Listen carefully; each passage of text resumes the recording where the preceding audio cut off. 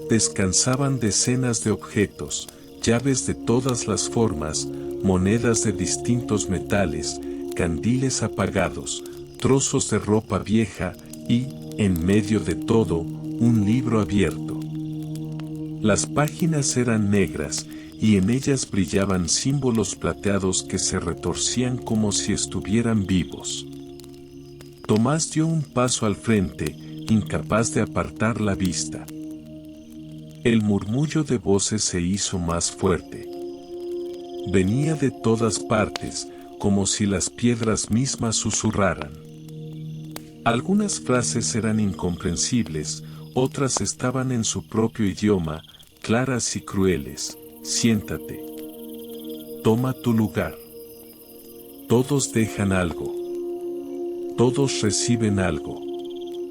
Se acercó a la mesa y vio que las monedas eran idénticas a las que el viajero había dejado en la posada. Algunas estaban corroídas, otras relucían como recién acuñadas. Entre las llaves reconoció una igual a la que había abierto la trampilla de su casa, pero más gastada, como si llevara siglos allí. El libro, en cambio, parecía esperarlo. Las páginas se agitaban solas, mostrando líneas de símbolos que se acomodaban hasta volverse legibles. El huésped nunca duerme, solo ocupa el lugar del que falta, leyó en voz alta, con un escalofrío.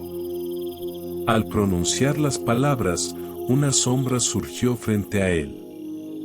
No era el viajero encapuchado, sino algo más delgado, más alto, con un rostro completamente liso.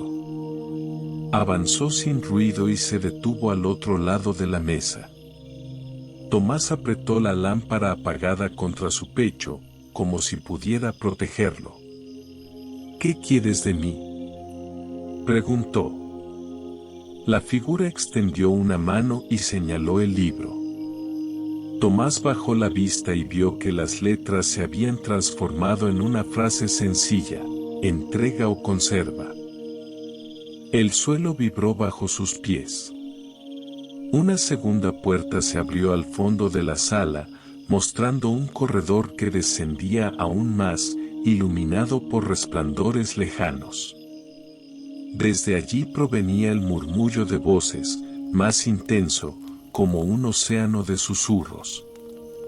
El reflejo de la figura sin rostro apareció en cada objeto de la mesa, en las monedas, en las llaves, en las páginas negras.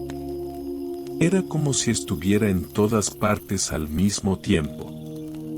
Tomás comprendió, sin necesidad de más palabras, que la elección era clara: podía dejar la llave sobre la mesa y regresar al mundo de arriba, o conservarla, atravesar el corredor y convertirse en parte de aquel misterio que tantos antes que él habían enfrentado. Un recuerdo fugaz lo atravesó: Lucía golpeando la puerta, llamándolo desesperada. Su madre, Aurelia, con los ojos resignados. El calor de la cocina, el olor del estofado.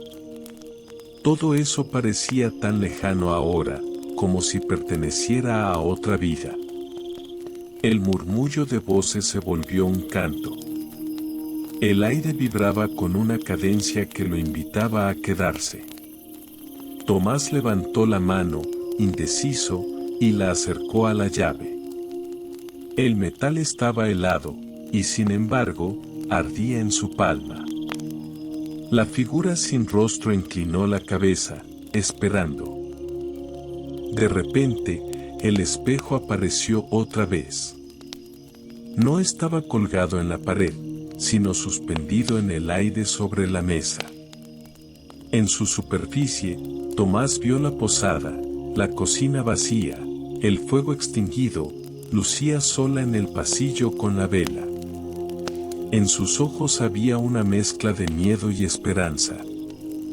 El reflejo cambió y mostró otra imagen, el mismo, más viejo, sentado en esa sala subterránea, con las manos apoyadas en el libro negro. Sus labios se movían,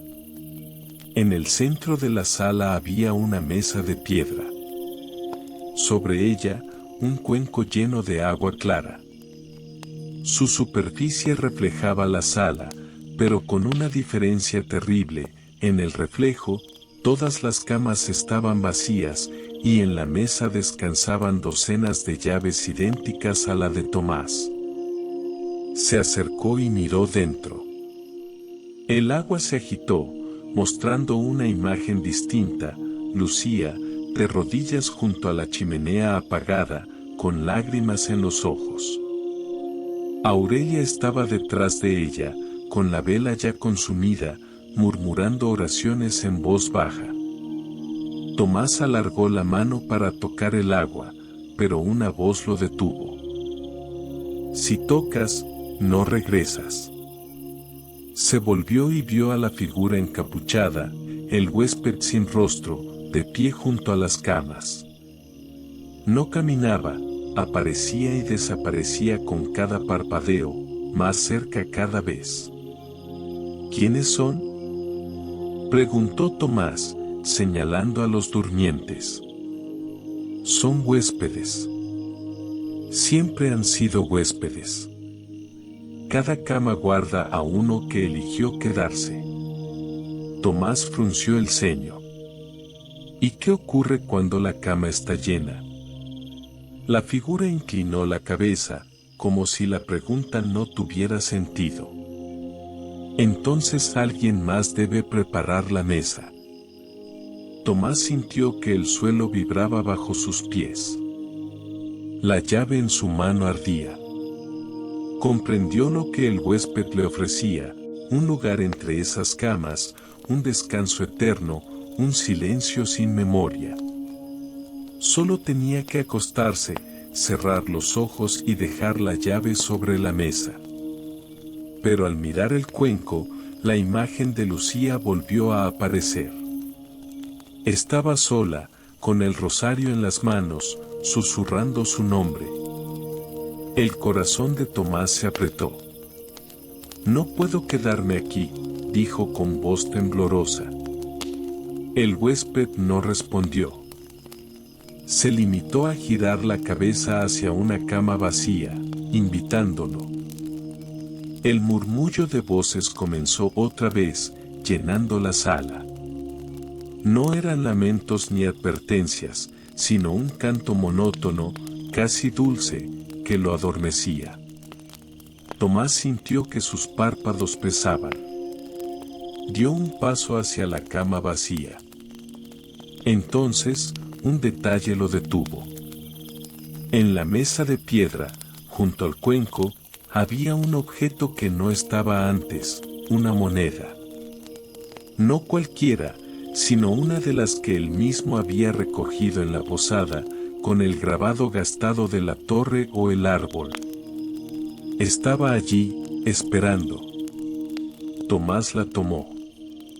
El metal estaba frío como la nieve, pero en cuanto la sostuvo, el murmullo de voces se cayó. El huésped levantó lentamente la cabeza, como sorprendido. Si conservas la moneda, no podrás descansar, susurró la voz múltiple. Serás portador. Tomás apretó la moneda en el puño. Prefirió el peso de esa condena antes que la quietud de las camas. La sala tembló. El agua del cuenco se derramó y se apagaron las lámparas invisibles. Las camas se hundieron en la sombra, una tras otra, hasta que solo quedó el huésped y él, frente a frente. La figura levantó una mano y, por primera vez, habló con una sola voz. Entonces, regresa. El suelo se abrió bajo los pies de Tomás. La oscuridad lo engulló. Parte 8. El regreso a la posada.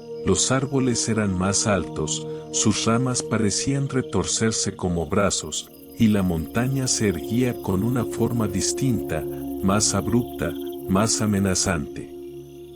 ¿Dónde estamos?, susurró Lucía, aferrándose al brazo de Tomás. Aurelia no respondió. Sus ojos seguían fijos en la nieve, donde no había huellas, como si nadie hubiera caminado jamás por aquel camino. Detrás de ellos, la posada permanecía intacta, pero ya no era su hogar. El techo se alzaba más inclinado, las ventanas eran más estrechas, y en el frontón, tallado en la madera ennegrecida, brillaba el mismo símbolo que habían visto en la sala de las llaves, un círculo atravesado por una línea vertical. El silencio era profundo, roto apenas por un murmullo lejano. No eran pasos ni viento, sino voces, como un coro que cantaba desde dentro de la montaña. Tomás sintió que cada palabra rozaba su piel, recordándole la sala subterránea, las camas alineadas, el cuenco con agua. ¿Escuchas?, preguntó Lucía. Él asintió. Nunca se fue. Solo nos sigue en otra forma. Aurelia se volvió hacia ellos. Su rostro estaba pálido, pero su voz era firme. El huésped no se derrota, solo cambia de habitación. Nosotros hemos cambiado con él. Caminaron por el sendero nevado, esperando encontrar salida. El bosque los envolvió pronto, con árboles que parecían formar un túnel de sombras. Cada tanto, una campanilla sonaba a lo lejos, clara y metálica, pero nunca podían saber de dónde provenía. Tras horas de marcha, llegaron a un claro. En el centro había una mesa de piedra, idéntica a la que habían visto en la montaña. Encima descansaba una única llave. Su brillo era tenue, pero bastaba para atraer la mirada. Lucía retrocedió. No. No quiero tocarla. Tomás avanzó, con el corazón apretado. Si no lo hacemos, el camino se cerrará. Aurelia lo detuvo con un gesto. Cada llave abre una puerta. Y cada puerta nos encierra más. El silencio cayó otra vez. Tomás miró alrededor y comprendió, el claro, el bosque, incluso la posada, todo era parte del mismo ciclo. No había escapatoria verdadera. El huésped los había dejado libres, sí, pero solo para colocarlos en otra de sus estancias. El canto lejano se intensificó. Entre los árboles comenzaron a surgir siluetas encapuchadas. No caminaban, simplemente aparecían, inmóviles, como estatuas vivientes. Todas miraban hacia la mesa y la llave solitaria. Lucía gritó, presa del pánico. Tomás la tomó de la mano y la atrajo hacia sí. Si esta es otra habitación, al menos no estamos solos, murmuró. Aurelia se adelantó. Sus pasos resonaban en la nieve, y cada eco parecía multiplicarse, como si muchas otras Aurelias caminaran con ella. Extendió la mano hacia la llave, pero no la tomó. En cambio, la empujó al suelo. El metal sonó contra la piedra y rodó hacia la nieve, donde se hundió sin dejar rastro. Las figuras encapuchadas desaparecieron de golpe. El coro de voces se interrumpió. El claro quedó vacío y silencioso. Tomás y Lucía miraron a la anciana, sorprendidos. No todo está escrito, dijo ella. A veces, negar la llave es la única salida. El sol comenzó a asomar entre las ramas, más cálido, más real. El sendero frente a ellos se abrió, mostrando un valle que reconocían, los tejados del pueblo a lo lejos, el humo de las chimeneas, el río helado corriendo entre las piedras. Lucía rompió en llanto. Estamos en casa. Tomás la abrazó, sintiendo por primera vez que el aire no pesaba. Aurelia, sin embargo, no apartó la vista del bosque. El huésped nos dejó ir, esta vez. Pero mientras existan llaves, mientras existan monedas y camas vacías, siempre habrá otra puerta esperando. Caminaron hacia el valle, dejando la posada atrás. Nadie volvió a verla jamás en ese lugar. Algunos decían que se había hundido en la nieve, otros que había ardido en una noche de fuego azul. Pero los rumores persistieron, viajeros juraban escuchar una campanilla lejana al cruzar la montaña, y en más de una ocasión, alguien aseguraba haber visto una figura encapuchada reflejada en los espejos de las casas. Tomás nunca habló de lo que vivió. Lucía tampoco.